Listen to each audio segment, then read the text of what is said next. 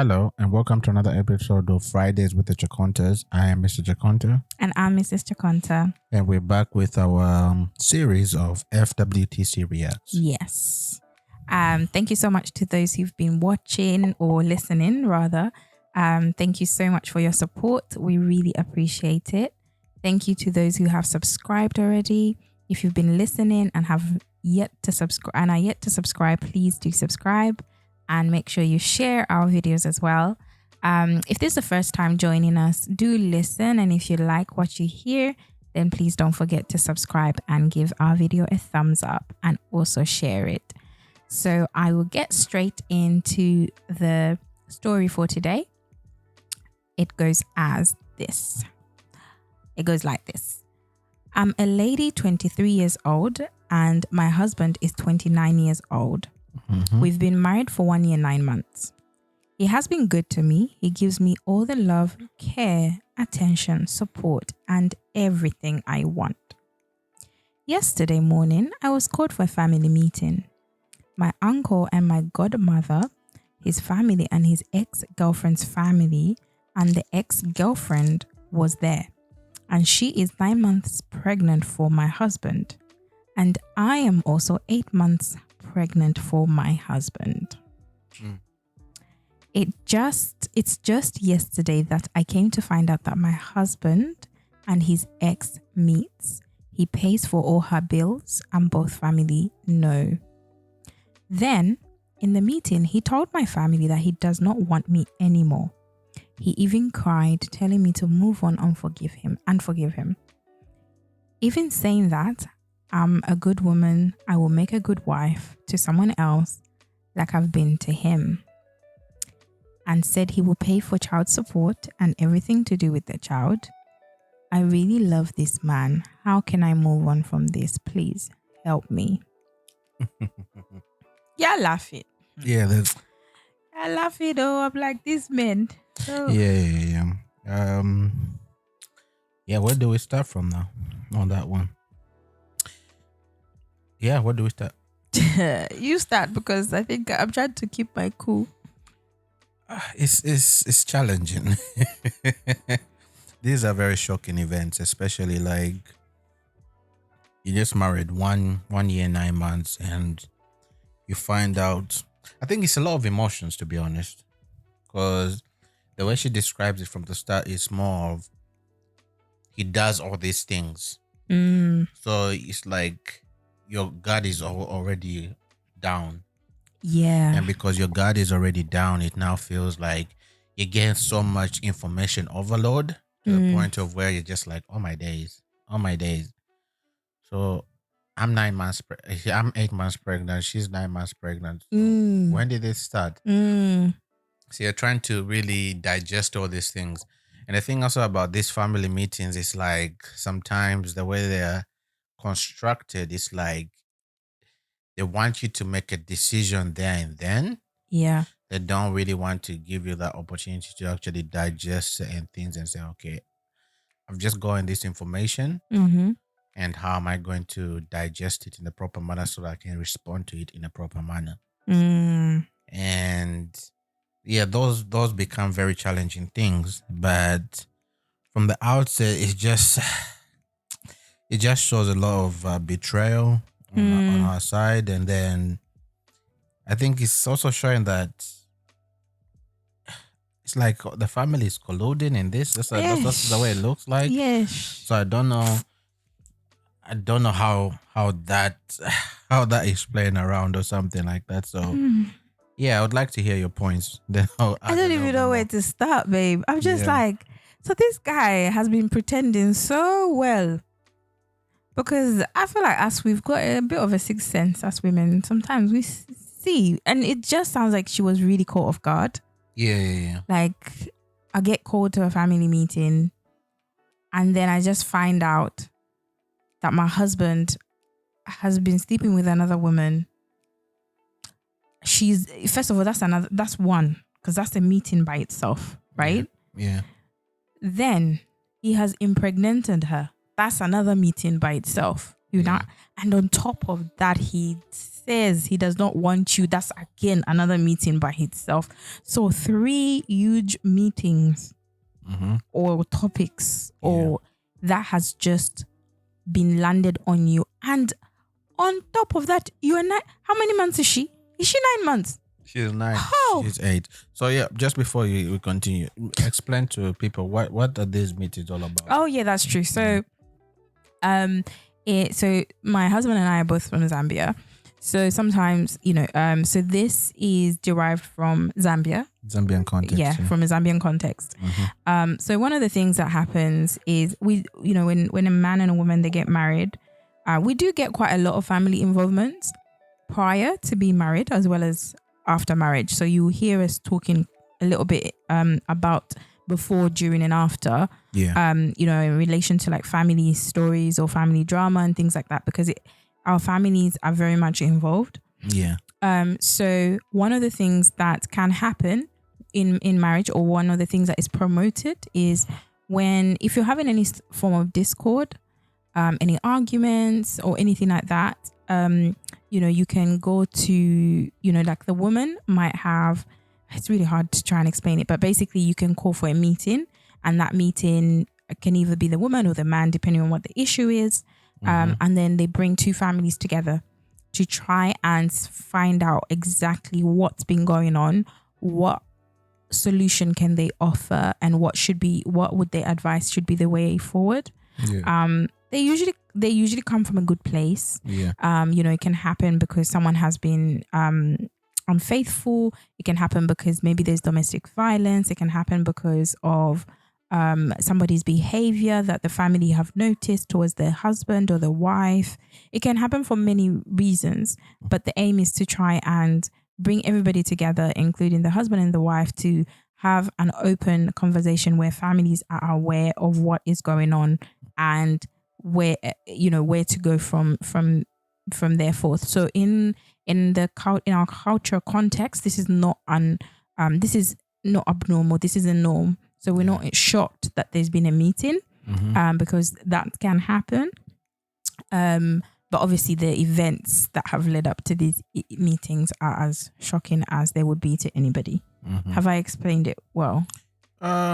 Yes. I think also on the other side is what I wanted to just add is about the meetings, because meetings are always very central towards the union, because a meeting is something that I think also starts the aspect of also like in the process when you're getting married, then there's a meeting. Yes. So it's like the meeting is very functional in the process of how people conduct their marriage. Yeah. In the Zambian context. Yes. So like meetings is where like basically the people who were there to unite you guys and that agreement. If now there's disagreement, now you're bringing those same people close to you and say, how is the best way to resolve this? Is it a situation of where we can find healthy ways to basically manage this?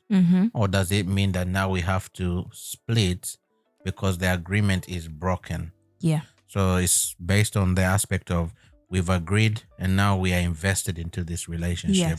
Yes. So if there are any situations that are happening based on that investment that we've put into this relationship, you guys as well as also us as the family members, it needs to be discussed. Yeah.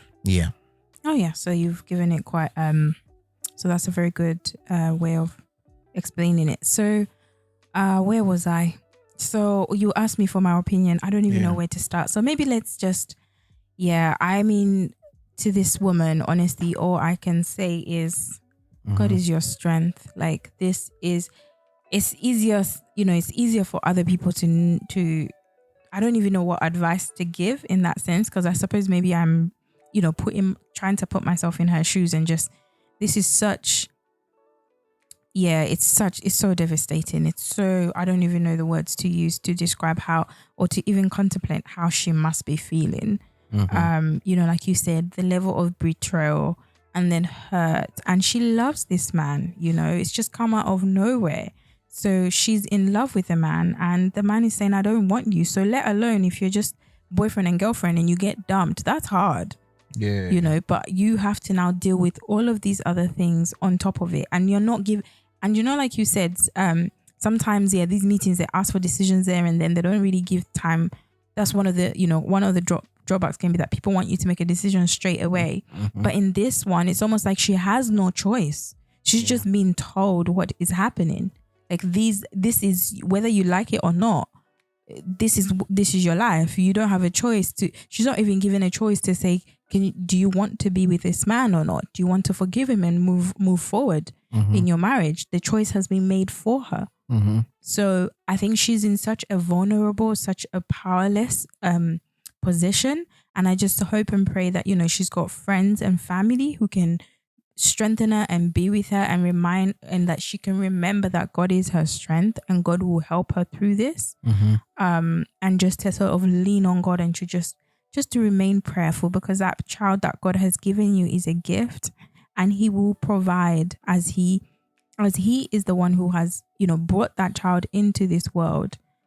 He will provide for you and your child. And just, I think I'll just want her to sort of focus on her pregnancy and just focus on, you know, doing what she needs to do and having a healthy baby. And just, I mean, what can you do?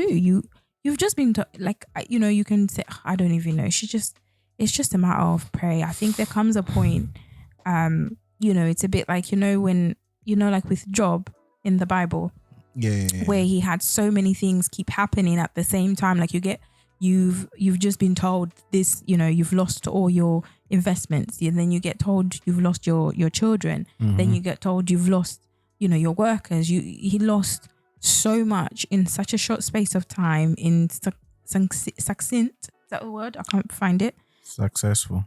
No, like I can't say Success. it. No, not success. Succinct. A different word. Yeah, simultaneously, but that's different because that's that simultaneously is at the same time. But I meant like one after another. That's it. One after another. Trying to use big words I can't even use. Okay. So honestly, I think that's where you can just draw on that, what Job went through.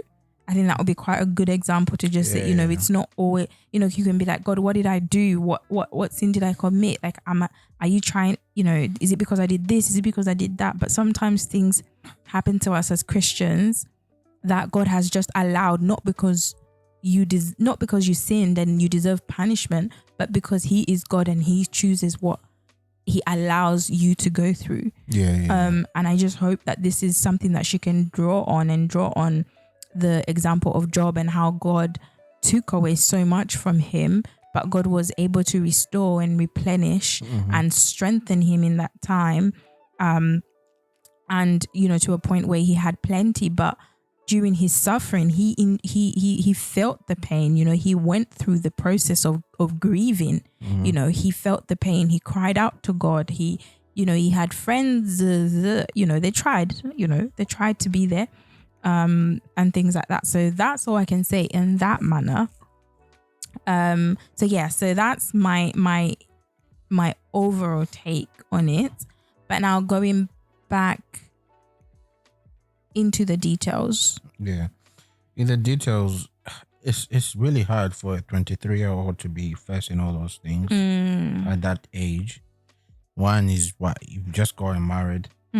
But again, it's also just as now showing that, you know, like maybe people who are younger are naive in certain things, because it seems like a description of what this man does for her is mainly about her.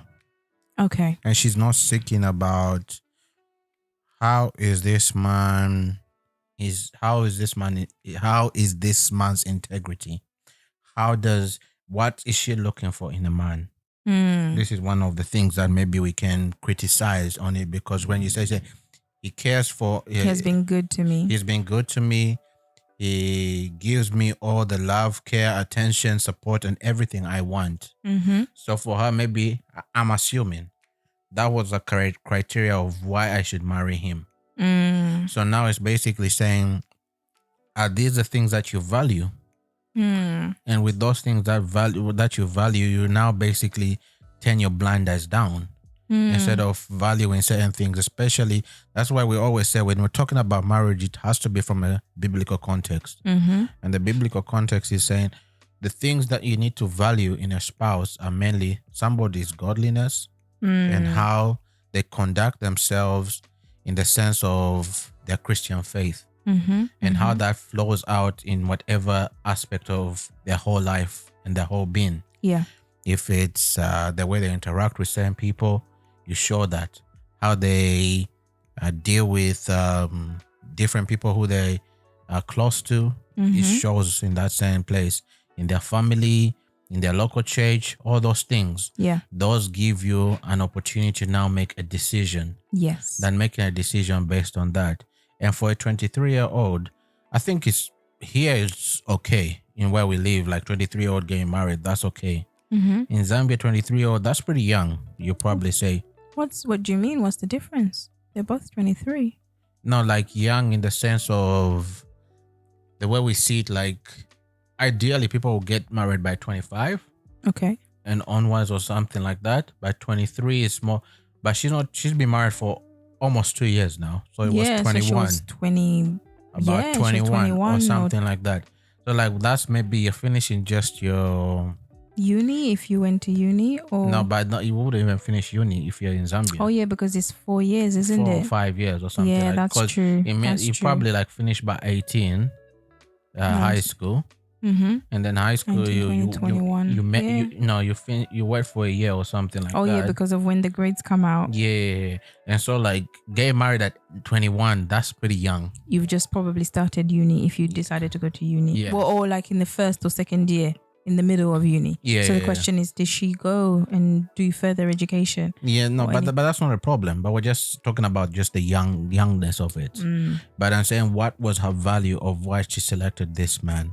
And now it's basically saying, if that was her criteria, then I think her criteria was a bit low or shallow. Okay. And I think she needed to bring certain things. It's not saying that if you get married to a believer, that all things will be okay. No. It just gives you an aspect of understanding that wherever you're going to go in a relationship, don't look at it as based on the decision I've made, everything will be perfect. Yeah. It's always asking for God to help you in whatever situation will come. And if it comes to a point of where you feel like you can't stay in that marriage, because there are clauses in the scriptures of where it tells you that divorce, but not for any reason. No, you said there are clauses, so clauses, that's the clause. The clause, but adultery. Not adultery. Yeah. So adultery is a clause that people basically would say they divorce. But there are also other clauses where it says if you divorce, you shouldn't get remarried. So those are the challenges that you have in saying that. So it becomes another aspect of how do you deal with this situation? Yeah. But we always speak from a biblical perspective. Now I'm asking, is why this guy, is he saying just leave me and get married to somebody? No, he said, yeah. Is it because he wants to be with somebody else? He wants to be with the ex. Is that what you get from that? That's what she said, baby. Have you missed it? I missed that. Baby, so. like she says, sorry, I've gone on. So basically, I'll read it again because it was quite short. It's yesterday that I came to find out that my husband and his ex meets. He pays for everything. Yeah. Then in the meeting, he told my family that he does not want me anymore. He even cried, telling me to move on and forgive him, even saying, I am a good woman. I will make a good wife to someone else like I have been to him. But he's not specifying that he wants to be with the ex. Oh, I see what you... No. He pays... Wait.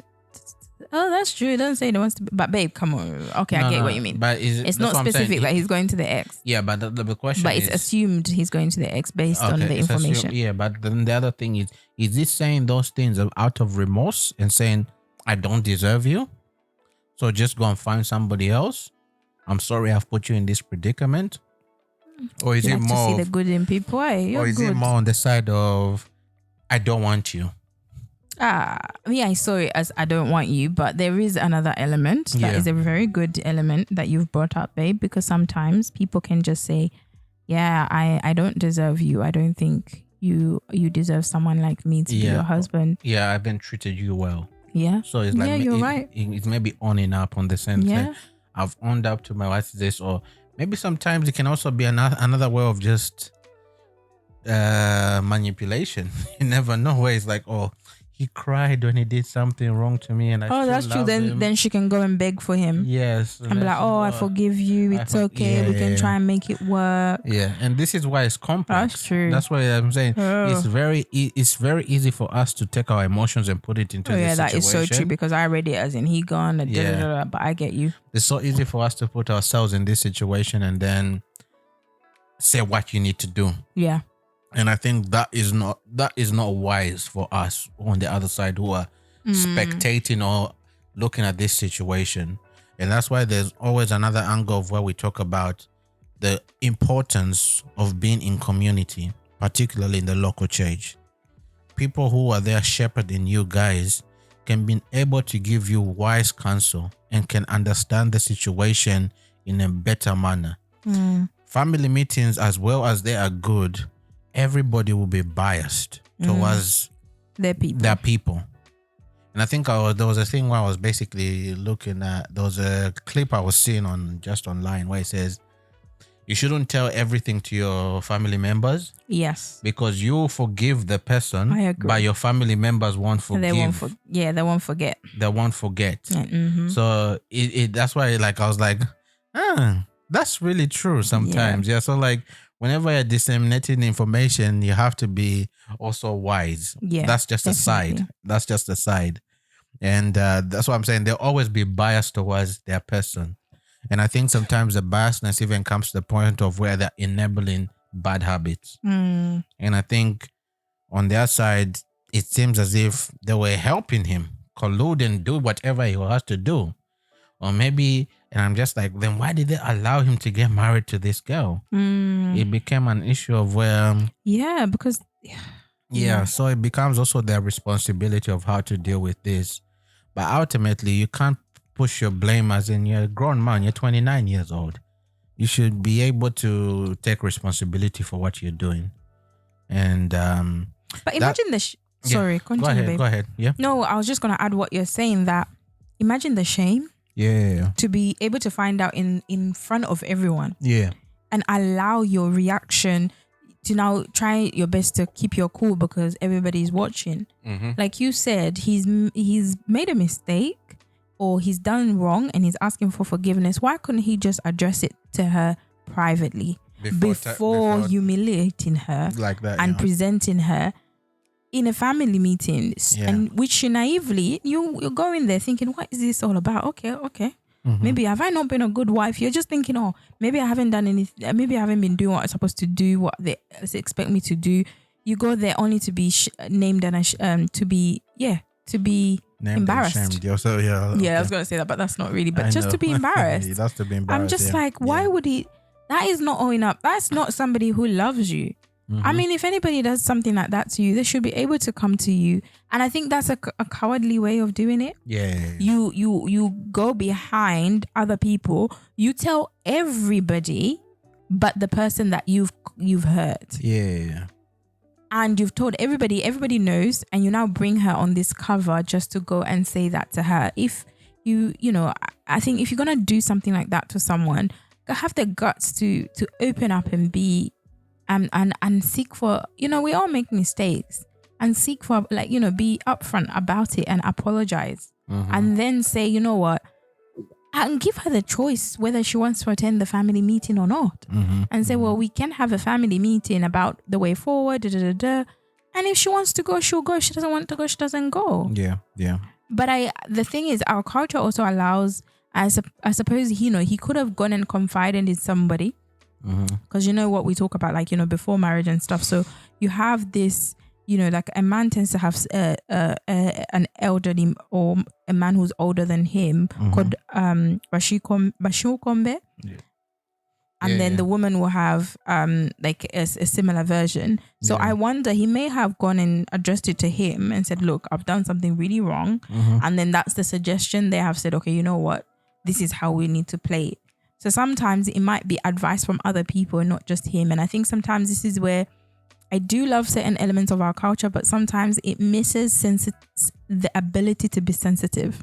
Mm-hmm. So in such a situation, yes, it was good that families came together, but it should not have been the first place that she heard this news. Yeah. Let her hear the news at a later time when she's ready. Wait for her, and also, like, somebody should have said, this woman is, wait for her to give birth, maybe, you know, like, what's one, because she's 8 months pregnant. Mm-hmm. What's 1 month going to do? Wait for her. So just before she gives birth, all of you thought it was okay to now sit an 8-month-old pregnant woman in a house and present news. I also see it on their side and said there's another one coming soon. Nah, baby. So before that, he should have done it. They could have waited 4 weeks. I mean, I get what you're saying, but then he should have done it at 3 months.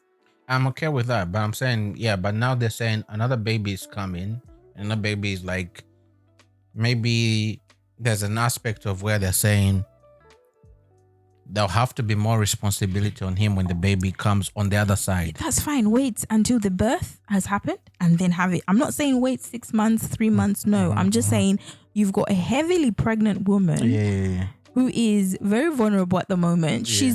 I'm just imagining my 8-month pregnant friends. Mm-hmm. And I'm just like, why would you do that to someone? Yeah. Like, when you're pregnant and your mind, your body, your legs, everything is just not working like it usually does. And then someone decides to drop such a bombshell on you. But you're forgetting there are 2 pregnant people here. Yeah, but the other one clearly knows. How does she know? I don't know, but the other one knows. That ex knows, because nah, babe, that ex knows that she. And also, we didn't even talk about her, did we? Because no, we haven't really come. Why haven't we talked about her? Because let's see. Let me read this again, because it doesn't say whether she is. I was called for a family meeting. My uncle and my godmother, his family, and his ex-girlfriend's family. And the ex-girlfriend was there, babe. I think I forgot. Oh my days. These people are giving me high blood pressure. Yeah. I'm not even the one who's 8 months. And I think this is babe, no, babe, you gotta let this one out. Like, the 9-month-old girlfriend was there, and her family. No, but that's what you people, do you care about people's lives? No, but also maybe they're also. I think it's right for maybe they found out then at the same time too, because it doesn't feel like it from this story. But it's not. It's one of those things like maybe like, I accept that, but I'm saying it's not one of those things where like maybe her family wants and saying, this is somebody's pregnancy and you need to take care of it. They're trying to protect that girl. No. I don't mind her ex-girlfriend being there. I think it's actually a good thing that the ex-girlfriend is there, as well, that one, and as well as the family, so that they know so that this man is able to say, this is what I have done. So that girl, also the girl that he's running back to. Anyway, I don't mind that. I think it's actually a good idea that they're all there. What I am saying is, you now bring me at 8 months pregnancy. In my 8 months of being pregnant. Yeah. You now go and break the news to me in front of the woman that you have impregnated, and her belly is showing. Yeah. As well as her family. That's how I've gotten to find out. That's my point. My point is how insensitive. Like, I don't know if there's a word worse than insensitive.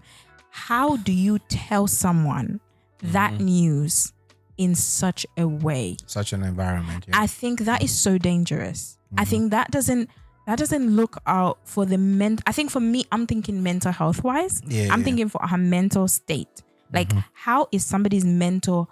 How are you looking after us? Like, like I said, accidents happen. Mistakes happen.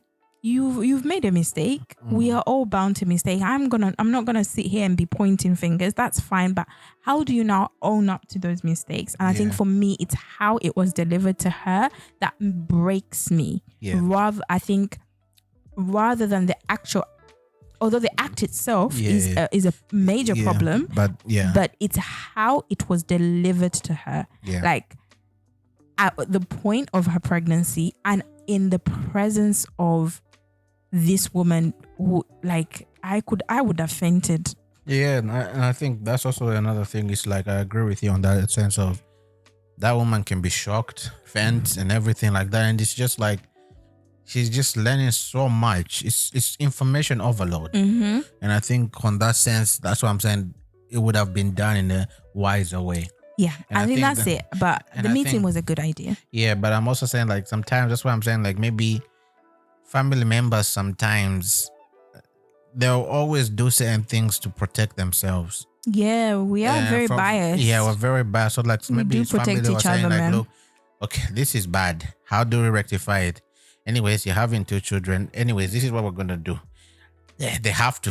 They all have to be They there. all have to be there or Yeah. something like that. I- Because we don't want to come out like we do not know anything, and they'll be thinking Exactly. about themselves. No, but sometimes, it's actually good because some families will happily hide their other child. Mm-hmm. They will never tell you that they know that their brother or their sister has another child somewhere. Like some Yeah. families, but I think what they've really done is good because these children are going to grow up in like sort of like a mixed household relationship kind of thing happening. So Yeah. I really value this meeting Yeah. and the presence of both women's families and the fact that that woman who is 9 months pregnant is also there. Mm-hmm. Because as women sometimes we miss the girl code for each other, like that unspoken girl code rule. Like you've just seen this man do something like that to this, but then you also did that to her. Anyway, that's another. We're not gonna address that part. Yeah, but But I am. also okay. Go girl code also. That's for another day. But But I think I'm really happy that the meeting yeah. was like this with all three families. Yeah. But just the win, Okay. Yeah. I feel for. And now to this girl who's 9 months pregnant. That's the ex. Yeah. I think some girls should have some morality sometimes. Morals, sorry. Moralities. Today we need the dictionary, babe. Some But it's okay. We've morals. got each other. Mm-hmm. Women, please. In fact, even men. What do you mean? Yeah, No. because he's the one who's been doing But anyway, but continue. I know what you. Women, the one who's basically the one who's at 40 is a 9 month pregnant. She saw this man made a commitment to that other woman. Stay away from him, as well as also that man. Especially the man is actually The man at is the fault major problem. because he knows that Because you've he's- made a commitment. There's no point of you now start going to your ex or something like that. This is why sometimes in relationships, cut off some of these relationships because it brings danger. Brings problems. It brings problems, and it comes to a point of where if that person cannot respect the fact that, look, it did not work out for you guys for whatever reason, you're the one, you've ended it. Mm-hmm. On that aspect of you've ended it, you cannot now basically go to that now demanding somebody's love and attention because they've now moved on. It's disrespectful in the sense of, why did you end it in the first place? Yeah. Whatever situation it was, why did you end it? Now you want to come back. And also the other guy, if you're now basically looking outside whatever, that's also very disrespectful. Because those vows that you've made, they're very serious vows. And I think you shouldn't take them lightly. And I think the problem maybe we hear so many stories, especially now Like this. in the Zambian culture. Or just I was mainly just my Zambian In people. general, but I think we hear that because we know a lot and we follow a lot, not Yeah. because it's more. Well, we don't know the statistics. Yeah. We hear a lot more because we're Zambians and we Yeah. associate a lot Yeah. with Zambians. And we hear But we hear it. It's Yeah, everywhere though, babe. It's everywhere. Yeah. But yeah. I think we hear so many stories like this, and I think maybe I don't know how to navigate this thing, but it just becomes a situation of where people, please respect marriages. Respect them in the sense of, even though you whatever history you have, when somebody makes a commitment, don't be foolish enough to basically say that if that person can break the commitment that he has with his wife, there is no obligation that he's going to be with you. And that is a red flag in of itself. Literally. Because you're basically saying, and I think this is the naivety of women. They'll feel like, I'm much better. Yep. He'll stay with me. Yeah. He'll do A, B, C, D. And I'm just like, anyways, that's what I'm saying. Look at it in that in that perspective. And I think this woman, to be honest, yeah, it's just sad that she's been put in this situation. She's been based on the situation, and that situation is the responsibility of the other woman and this man, most importantly. And I think that in of itself is it's a shame. And I think also this man. Let's now talk about this man. This man is very cowardly, very disrespectful. Because I'm just like, okay, look, if you knew you impregnated this woman, it's not only it took you 9 months to actually have a conversation with this woman that you've impregnated somebody, and it's basically saying like he was doing all those things. And I think, to be honest, I'm just like, it is very disrespectful to basically come. In fact, it's 9 months. And I think even probably when you also like, let's say for example, hypothetically, that girl got pregnant, he even knows that, and then you go and impregnate somebody else again. I'm just like, oh my days. I know, literally. Anyways, yeah, those are the tough aspects of these stories that we deal with on a day-to-day basis. And on the other side, also, when we are talking about these things, we just know that, look, we live in a sinful world, and this is the what's that called? The fruit of sin that is coming to ripe in is ripening. What's the word? Wait. High five, babe. The fruit of sin has now become. We're ripping. Ripping, or it's like it's become ripe. Oh, it's okay. Yeah, I get what you mean. And it's become visible. I get and you. This is what scripture basically says. Like, yeah, this is the aspect of the visibility of the sin that is in this world. And yeah, so for us, maybe you may be looking at us and we're saying, you guys are talking about this thing. Oh, you guys may be so holy. Well, no, we just thank God that this far that He's brought us to a position of where we're not dealing with these things. But we also understand that, look, we live in a sinful world. And because of the sinful nature that we are in, also gives us another aspect of also constantly leaning in God in the aspects of the complications that we can get in of ourselves, in our marriages and everything. Every marriage is vulnerable. The devil is always trying to look at ways of how to destroy, because this union is God ordained. And he tries to bring ways of how to complicate these things. And we thank God this far we're at this stage. And we hope and trust that we continue to be at this stage. Yeah. And so this is the story that we've been looking at, and it's a very intense story. And anything else you want to add on this? Did want to add something, babe, because I said something like going off tangent, and I think you said no, we're not, because that's not what we were addressing at the time. But I put a note just to come back to it. I think it was about, because we were talking about, we're trying to figure out how old how like her, I don't know, we're trying to figure out when, if she'd gone to uni, but the purpose wasn't that we're trying to see whether she'd gone to uni or had gone to college or anything. It was more to try and say, I think you're trying to differentiate the difference between women in the UK who are 21 and possibly women in Zambia who are 21. But I think also it does bring quite a good point in a sense of women empowerment, or us women being independent. And I think a lot of people, when you say women empowerment, or when you say women being independent, it does bring a bit of a controversial topic. But because some people are like, well, women can do what men can do, and no, that's not the point where I'm getting to. Like, my point is, as women, we should be able to make sure that we are capable of looking after ourselves in this day and age, babe. I know it's very, I'm trying to figure out how best to. It's controversial. It's a controversial topic, and I know, but it's like different sectors of in the Christian faith will have different debates on this.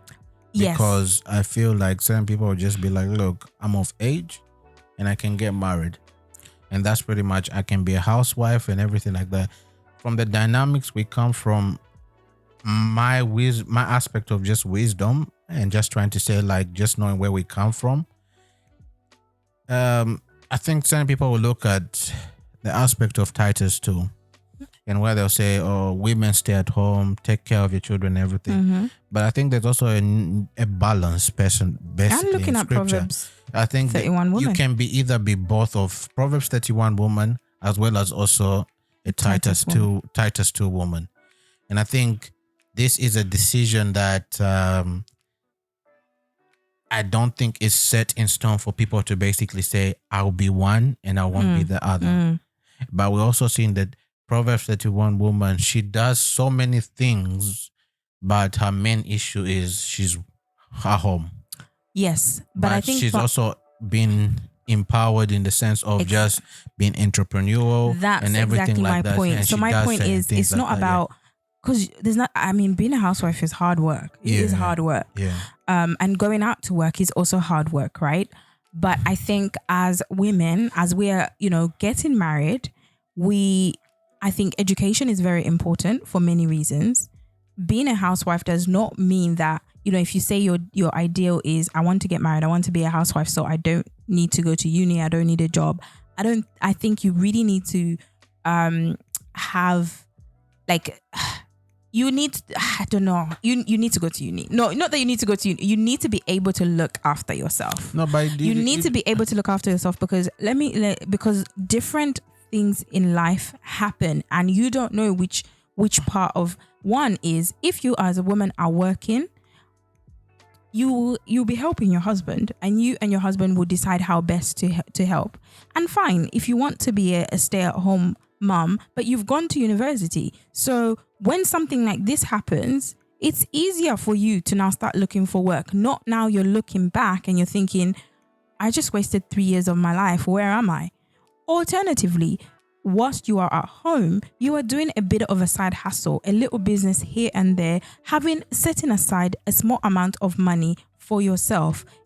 Because the different scenarios, your husband could lose his job. If your husband loses his job, there are many reasons. The company might be closed, the economy, he might have been fired, he doesn't want to work there anymore. You have a bit of income to be able to help yourselves.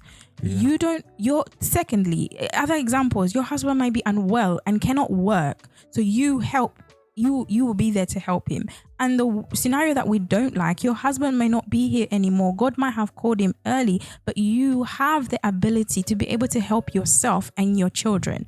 So it's really important that women, when they're getting married, your marriage should not be I want to get married because I can see that he provides for me, he gives me all the money, like he has the car, he has everything. That's fine if he does provide financially, but that's the word I was looking for. Women should be able to be financially independent. I agree with you.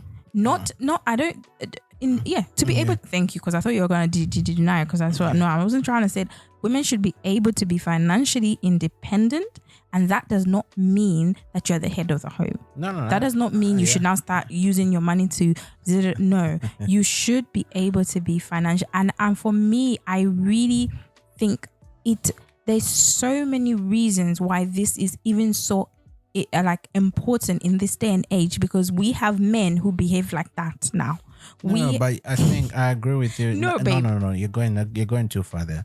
You shouldn't basically now say because men are behaving this way, we have to be like that. No, that's not a situation that men should make you want to now say that you need to be financially independent. Ideally, when somebody is going into a relationship, it's not based on the aspect of always looking and saying, I have to protect myself just in case. That's not my point. Yeah, but your comment there where you said about because there are certain men who do that, that's why you need to be financially independent. No. I'm saying not because of that. Yeah. But they are not because not for yourself, basically. Not because, I don't know what my husband might do, or you don't know what might happen. That's true. But it's not because because as I've said, I've given many different examples, right? And not all those examples are because the husband has been unfaithful to you. The examples where the husband has not been well enough to work, or your husband is no longer with you, or and with this economy, one salary is very hard these days to be enough for a household. So there are many reasons why I think that's something that as women, and young women aiming to get married should very much aspire to. And I don't think there's anything wrong in, I don't think, you don't have to be like, oh no, I have to. No, I think when you're in a relationship, all your money shouldn't, as a woman, shouldn't just be because my husband is what's the word? You're just solely 100% dependent on your husband, that if your husband was not there and was unable to provide, you are now looking around thinking, what am I gonna do now?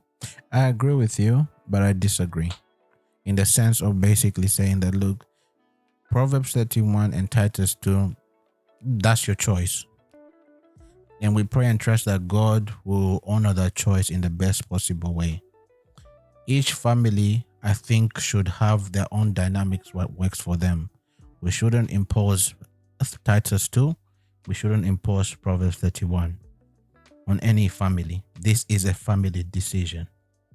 Yes, I agree. I think we're on the same page, but we're both on different pages, because I don't think being a Titus 2 woman, because a Titus 2 woman is basically at home, right? No, it's basically like what you're saying is a woman who basically says, I'm getting married, I'm only going to take care of the kids. My husband is going to basically take care of the finances and that's everything okay. like that. That's okay. No, that's okay, but that's not my point. Yeah. My point is, if you are on the side of you're a housewife 100% and you don't provide, you don't bring anything financially, you should still be financially smart. By that, I mean, if your husband is giving aside, will give you some money for I don't know, gives you 100 kwacha for this, gives you 100 pounds for this, you set aside 10 kwacha now. You put it aside for a rainy day. You don't. I'm not saying you need to lie and hide money. No. You should also be financially smart.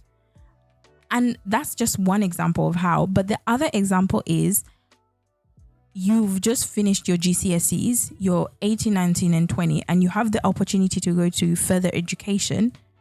And you have, you have to think about these things. You have to think about these things to say, let's say you've become unwell, right? And I've been at home the whole time. Yeah. Right. But now I need to look, but I'm not going to start from my GCSEs. I don't have to start from my GCSEs to now look for work. I can generally now just scrub up, do my CV. It won't take me as much effort to go and find work. I think we're missing each other, because I don't know if what I'm trying to say is coming out. I think because I feel like you're thinking I'm saying being a housewife, you shouldn't be a housewife. No. I agree with you, and I'm saying you should be. You can be a house. I want to be a housewife. I don't want to be going out there and working. If the roles, if we need, I think we're a good example of what I'm trying to say. Yeah. Like I would, I'm happy staying at home. No, but if need be, let me just put my point I can there. go out there and work. I agree with that. And I'm saying that's a decision we've made in our household. There is nothing wrong for somebody who's just finished school and said, my desire for me is honorable. If that's her desire to get married, but no, that is your personal decision. I don't know about that one. We understand there has to be a level of caution, because we come and we give advice and say, look, these are the situations that you need to do A, B, C, D. There's nothing wrong with her basically saying, I'm of age and I want to get married. That is her personal decision. No, there is nothing wrong with that. I agree with you, babe. But there's an aspect of where we have to, especially the people who are marrying them, should give them a level of wisdom and basically tell them, look at these situations. Oh, even though you get married now, but also, and look, babe, school, you can always do school. You can, whenever you're married, you can go back to school, you can do A, B, C, D. Those things, we shouldn't basically... No, I agree with you. We shouldn't be able to now delay certain things that we feel are godly honoring, because we need to be able to be sustainable in a certain situation. For us, it works best for us. That's what I'm saying. Okay, the issue of Proverbs 31 woman as well as Titus 2 woman, those are personal decisions on the person who's making that decision, as well as also households. Okay. Those are personal. We shouldn't impose those things. I agree with what you're saying, babe. But I think I see where we disagree. Because I don't think there's anything wrong with an 18-year-old who says, I want to get married. I don't think there's anything wrong with that. I think I'm using this young girl's example as an example of saying because now she's pregnant. You see, now she's pregnant and she has two mouths to feed.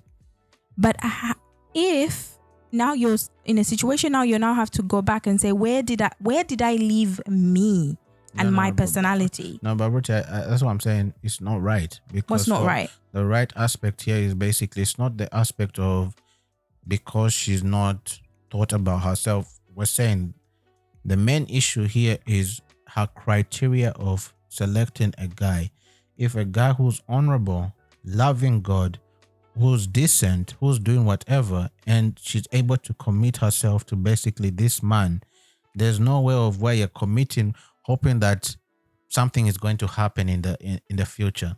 That is just not, it's not feasible. You can't go into a marriage where you're saying, if something happens, I have to protect myself. No. The issue here is protect. I need to be able to look after myself. Yeah, let's say if something happens, I need to be able to look after myself. Nobody thinks that way because you've made both a commitment to take care of each other. You've become one. Somebody has broken the commitment here. And this is why, like, sometimes when somebody breaks that commitment, and the other thing we actually see through the story, the guy, she's not feeding herself. The guy said he's going to help with child support. So but that's the child. Okay. There's an aspect. I think we might need to agree to disagree because I really still don't. I think you are very much thinking about your thinking is very ideal. It's very ideal in a situation where you have married a man or a woman who are Christians and live by the Christian values. But we're coming from a Christian perspective. If we're giving advice, we have to give from a Christian perspective.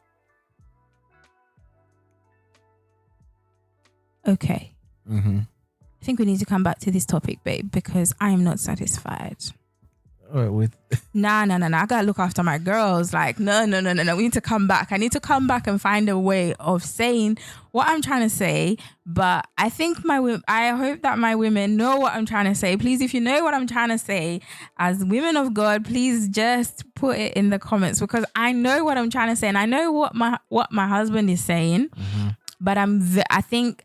Maybe because I read too many of these stories or I hear too many of these stories. Yeah. And some of these stories, babe, we've got to be honest, they come from people who have believe that they've married a Christian man or they've married a Christian woman and things change. And I think society has, so much has happened. Like, and I think we are living in a different world to how things were like 100 years ago. Yeah. And I'm not saying, you need to, And I think this is why I was trying to be careful to say no. Like, I'm not saying, you can do better than a man. Like what you can do, I can do better than. Not that kind of, I'm not trying to be a feminist. No, I'm trying to say that as women, we do need to look after ourselves. And I want women.